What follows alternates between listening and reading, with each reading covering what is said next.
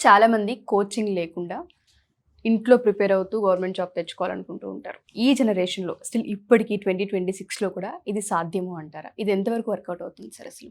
Coaching లేకుండా job తెచ్చుకోవటం 100% possible.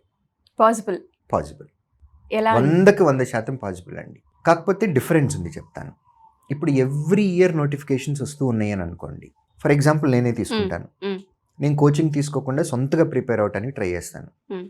అంటే నాకు ఒక గోల్ ఉంది. నేను ఇప్పుడు ఇక్కడ ఉన్నాను, ప్రిపరేషన్ మొదలు పెడుతున్నాను. ఈ జర్నీని ఇక్కడి నుంచి ఇక్కడికి దాకా తీసుకురావాలి.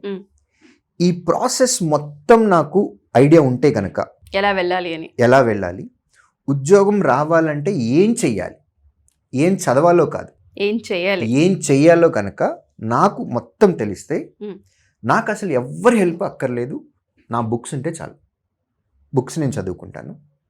ఎగ్జామ్లో క్వశ్చన్స్ ఎలా అడగబోతున్నారు లేదా ఇంతకు ముందు ఎలా అడిగారు, ఏ స్టాండర్డ్ వరకు ప్రిపేర్ అవ్వాలి. ఆల్మోస్ట్ ప్రతి ఎగ్జామ్లోనూ 2 లెవెల్స్ ఉన్నాయండి, ప్రిలిమ్స్, మెయిన్స్.